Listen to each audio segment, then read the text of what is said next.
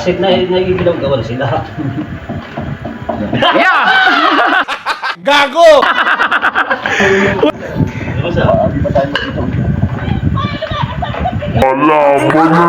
Lumalabanan eh. Tama ko.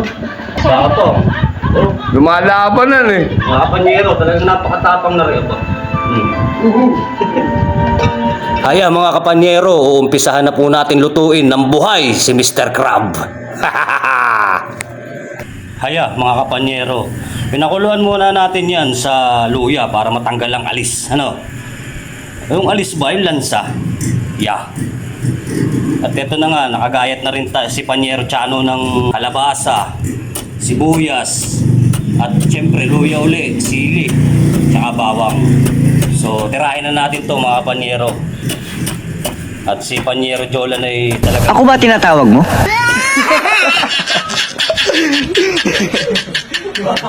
Yeah. Panyero, pinasuko mo ba iyon bago natin isalang? Oo, pinasuka ko yun. Magramag na sumuka yan Anong eh. ginamit mo? Nalin? Pasuka. Ang pasuka? Oo. Gin. Pinainom ko ng gin. Suka ba? Wala kang awa! Nalasing. At ito na mga panyero, simulan natin pagluto ng ating Mr. Crab. Ayan, simulan natin mga panyero. Una natin gagawin mga panyero, talagang buksan natin itong ating talan. Ayan mga panyero. At syempre mga panyero, lalagyan natin siya ng mantika. Ayan, mantika. Ayan, papainit muna natin yan mga panyero. Ang ating mantika. Ayan, ilahat na natin mga panyero. Ayan, mga panyero. Syempre mga panyero, pagka mainit na yan, ilalagay na natin tong bawang. Syempre mga panyero, kumukulo na tong ating mantika. Kailangan natin ilagay tong ating bawang. Ayan. Bawang. Bawang. Medyo brown na yung bawang mga panyero. Ayan, medyo umaamoy na. Ilagay na natin yung luya. Medyo lambot-lambot na yung luya. Ayan. Ayan. Ayan mga panyero. Ayan. Ayan. Saan natin haluluin mga panyero? Ayan, hinalo-halo natin yan mga panyero. Yan, malagay na rin natin yung mga panyero. Itong sibuyas. Ayan. Ayan mga panyero. At halo-haloin ulit natin yan mga panyero.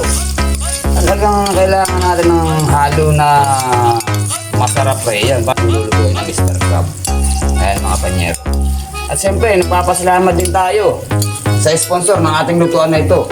Hindi ko sana paglulutuan pero talagang matibay talaga ito. Babasagin ito pero nasa apoy mga panyero.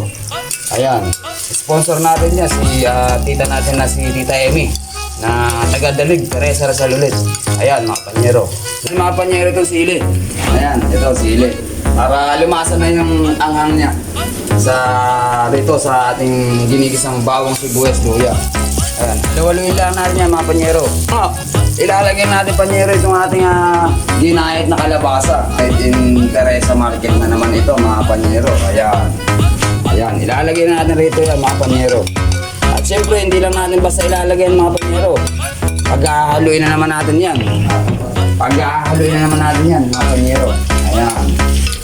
At syempre mga panyero, habang hinahalo-halo natin ito, hihintayin natin ito lumambot. Kailangan kasi mga panyero ito, durog na durog para lumapot yung gata natin mamaya. Sigurado malambot na ito. Ayan mga panyero, malambot na ito. Siyempre mga panyero, haluin muna natin. At isusunod natin ng panyero, mga panyero, itong ating si Mr. Crab. Ayan, si Mr. Crab. Para lumasa na yung kanyang lasa rito sa ating hinalo-halo na kalabasa. Ayan. Raan-raan lang mga panyero kasi baka matilamsikan tayo ng mainit na katas, eh tayo masasaktan pa. Ayan mga panyero. Ayan. Mga panyero, ilalagay na natin itong unang gata. Ayan. Ilalagay na natin yan. At siyempre mga panyero, ay ibubuhos natin ang mga panyero para lumasa na yung unang gata. Ayan. Ilalagay natin ito ng ating Boston paminta. Ayan, Boston paminta. Ayan, ilalagay na natin ang mga panyero. Ilalahok na natin yan riyan para lumasa na yan. Siyempre mga panyero, lalagyan rin natin na ito ng isang rakot na asin. Galing sa Infanta Quezon na pinatuyo ng tubig. Ayan. Pero hindi isang rakot mga panyero. Konti lang, pampalasa lang mga panyero yan. At siyempre mga panyero, lalagyan na rin natin yung Ajinomoto. Ayan. Ayan. Naikot-ikot natin yan mga panyero. Napakabango. At yung mga panyero. Siyempre, tatakpan muna natin yung mga panyero. Papakuluin muna natin. Ayan. Tatakpan natin. Ayan, ang bango. Lalagyan na po natin mga panyero ito ng ating suka. Yung mga data puti. Ayan. Konti lang lalagyan natin mga panyero. Ayan. Ayan. Kaya mga panyero, titikman na natin ang niluto ni Panyero Chano na ginataang Mr. Crab. Tikman na natin ito mga panyero. Tara. Malasang-malasa ang timpla. Amoy pa lang ay talagang aromang-aroma. Ano natin ito? The best talaga ang luto ni Panyero Chano na Mr. Crab. Kain tayo mga panyero.